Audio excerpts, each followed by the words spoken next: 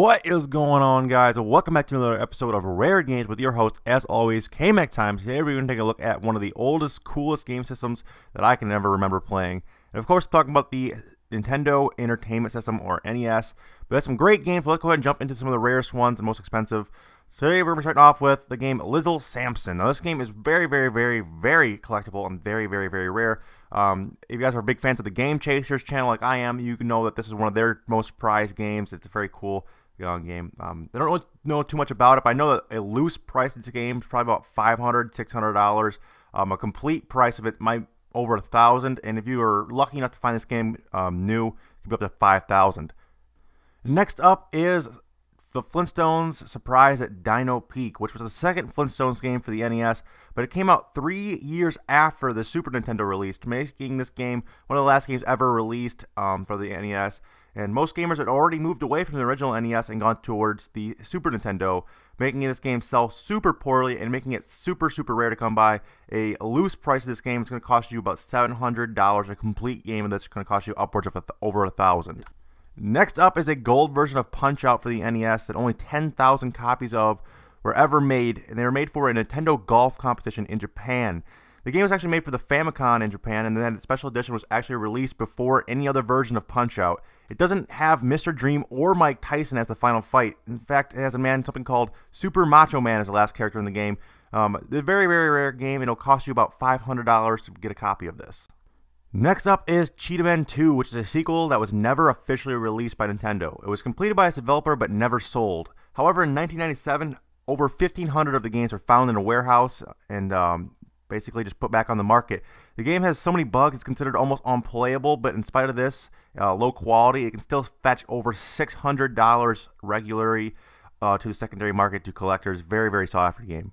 Our next game is Bubble Bath Babes, which is an adult version of Tetris with bubbles. Very promiscuous game. However, the game did not sell very well because it sold in limited qualities.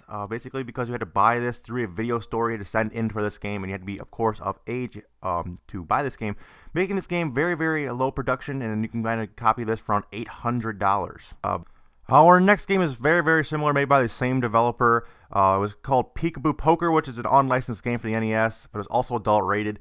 Basically, strip poker with female characters, revealing taking off their clothes when you win the game. Like I said, it's made by Pantheon, which is the same people that made Hot Slots and Bubble Bath games.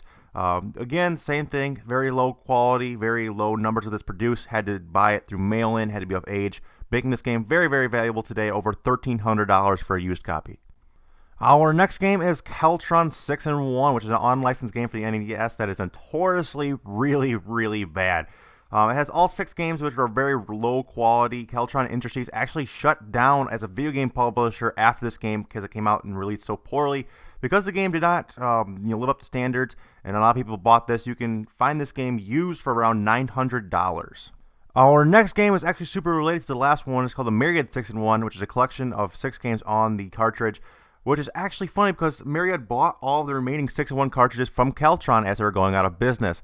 Myriad then changed the sticker and front label and added a unique serial number to each cartridge. And the game was unlicensed, like I said, but there's thought to be less than 100 of these cartridges out there, making it so fucking rare. This game will cost you around $1,000. Our next games are the Nintendo World Championship Gold and Gray carts. Now, these are thought to be the holy grail of gaming collecting. No longer the most expensive game, however, but the gold cartridge, Nintendo gave away 26 of these after a 1990 Nintendo World Championship. Very cool stuff. It has a few games on it, and then you go for the high score, stuff like that. Very cool. The gold cartridge can sell upwards of $18,000, and the gray one can sell upwards of $5,000 a piece. Coming in at number 2 on our list is Nintendo Campus Challenge 1991. Now, like the other game cartridges we discussed, Nintendo did another competition, but they went to all the campuses around the United States and had these tournaments. It had these 3 games on there. You had a certain amount of time to get a high score. High score winners were given prizes. Most of these games were destroyed. However, in last couple years, one of this game surfaced, only known one to have ever, not been destroyed. It was found at an ex-Nintendo employee's garage sale. It was purchased and then it was sold on eBay, I believe, for over $20,000.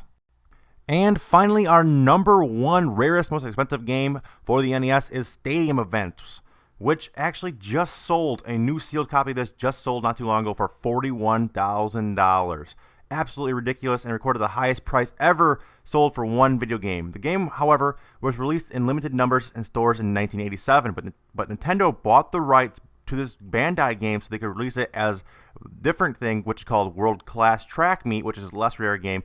This is considered to be one of the rarest licensed games by the NES, which makes it why it's so well sought after, because it's actually licensed. An estimated only 200 copies are in existence. However, there is a different version of this. Don't get it confused with the PAL version, which is also rare, but there's a different version of it out there. It's kind of rare, but not this rare. It's worth a couple $1,000s, not $25,000 plus like this copy is.